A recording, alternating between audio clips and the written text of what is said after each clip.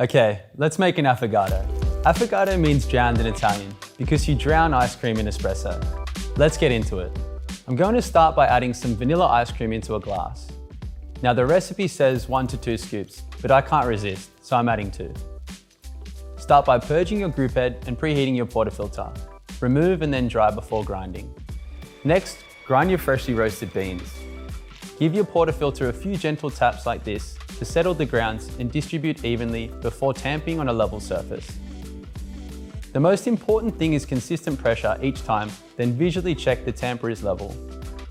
Use the razor tool after tamping to ensure you have the correct dose. It precisely controls the height of the tamped coffee, a critical variable. Place the portafilter firmly into the group head.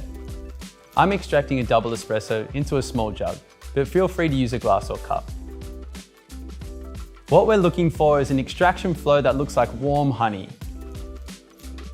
Pour the hot espresso over the cold ice cream and let the drowning begin. Pure decadence.